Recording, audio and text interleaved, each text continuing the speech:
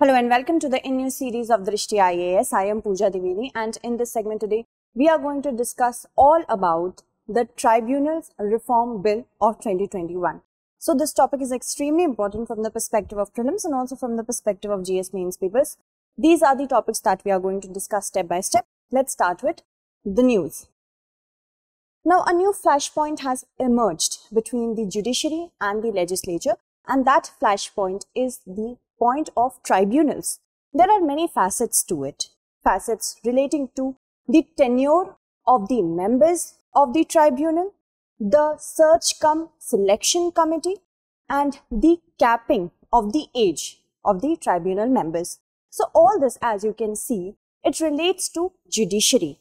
And now judiciary and independence of judiciary, impartiality and fairness of judiciary is a basic structure doctrine. So let's discuss this in detail, starting with the meaning of tribunals. Tribunal is a word that has been derived from the word tribunes or tribunes. These were the ancient Roman judges, magistrate who used to adjudicate over any matter to settle any dispute or a claim. So tribunal then emerged as a person or a group of persons who have a say in the matters that are designated to them. If we talk from the perspective of India, tribunals is a quasi-judicial institution, and that means it has certain powers related to delivering justice, and it was not in the original constitution. The mention of it was not in the original constitution. It was added by the 42nd Constitutional Amendment Act of 1976, which is also known as mini constitution. Okay, remember that. And as you can see, it relates to adjudicating disputes, determining rights between contesting parties, and the administrative decision are also taken by them. If we talk about the articles, there are two articles related to it. Article 323A, which relates to administrative tribunals, and Article 323B, which deals with other tribunals, which deal with other facets other than administrative tribunals. And as you can see, the hierarchy of it, the judicial system in India is as such. We have the Supreme Court at the apex level, then we have the High Court, and then after that we have metropolitan level, and at that we have city civil courts, court of small cases. We have similar procedure for district level, and here lies tribunals, and then industrial court and labor court, and then family courts. And if we talk about the two important articles over here, there are 323A and 323B. There are certain differences. First difference, as I told you, that 323A, it relates to administrative tribunals. That means it relates to public service. Okay. First point is that it will have tribunals that will adjudicate in the matters of public service, and 323 has provisions with respect to other matters such as taxation. We also have labor and industrial courts, right? Also related to upper limit on the urban land holding and many other procedures for import, export, any other matter other than public service. Another difference is that Article 323A, the legislation with respect to 323A lies with the Parliament only. Keep that in mind. Only with the Parliament.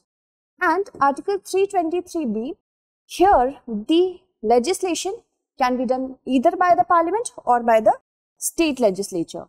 Either by Parliament or state legislature. Okay. Then what is another difference between the two? Article 323A, when the Parliament has the powers to legislate or establish a tribunal, it could relate at the central level. Okay. Relate at the central level, state level, one for each state, one tribunal for each state, or one tribunal for two states or two or more states. And there is not any problem of hierarchy here. Whereas in 323B, as the state legislature can also have the power to have establishment of a tribunal, the hierarchical structure may exist. So these were the key differences. If we talk about the difference between the two, let's go through them one by one. You can have a screenshot of it. I am trying to make you understand in layman term. First, the need is the pendency of courts is such that there needs to be a set of different courts which are specialized in nature.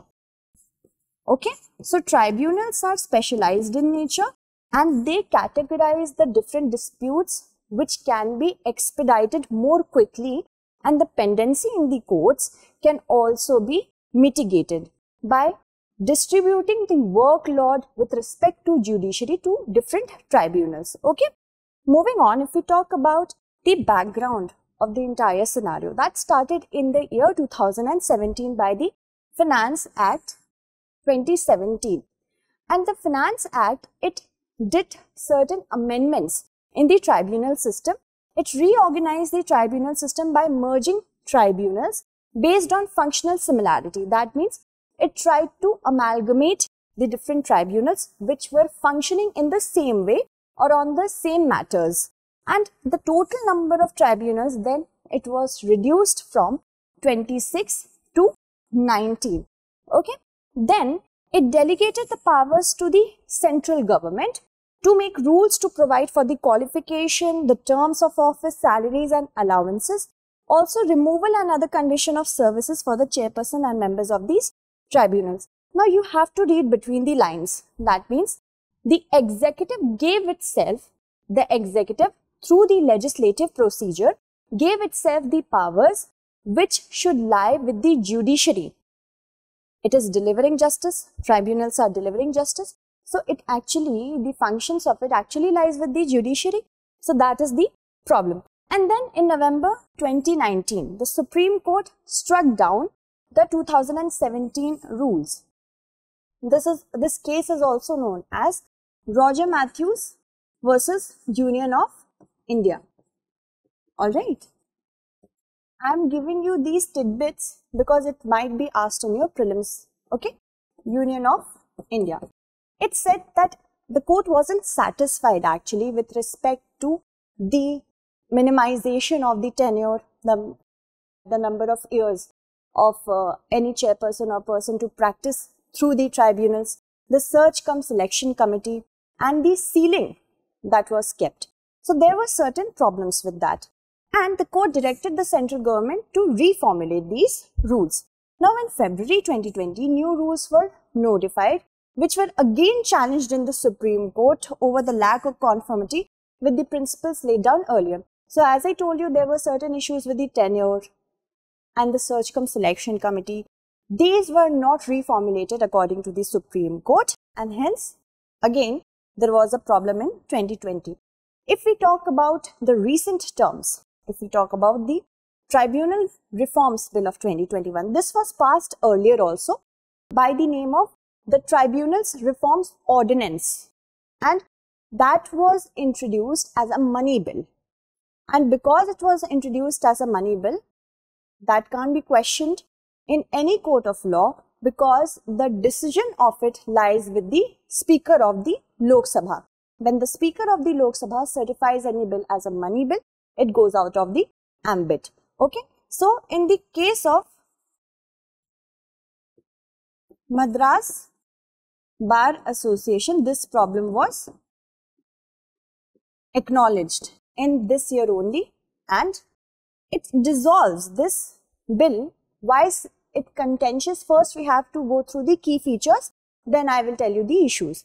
It dissolves certain existing appellate bodies and transfer the functions of it to the already existing bodies such as high courts. So it has, if we talk about how many are them, of them have been dissolved, at least 7. Okay, keep that in mind.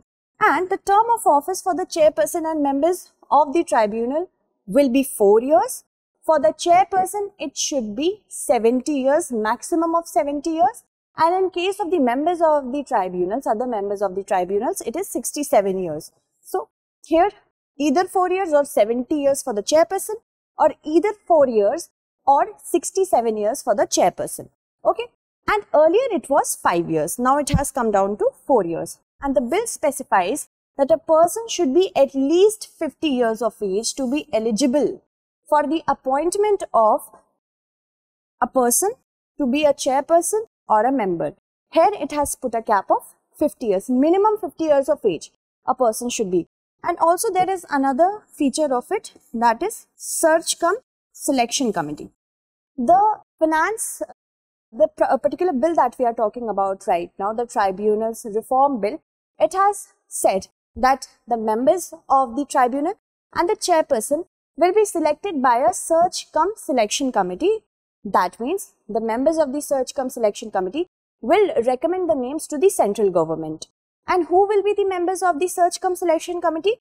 First, the CJI or any other Supreme Court judge who is nominated by the Chief Justice of India.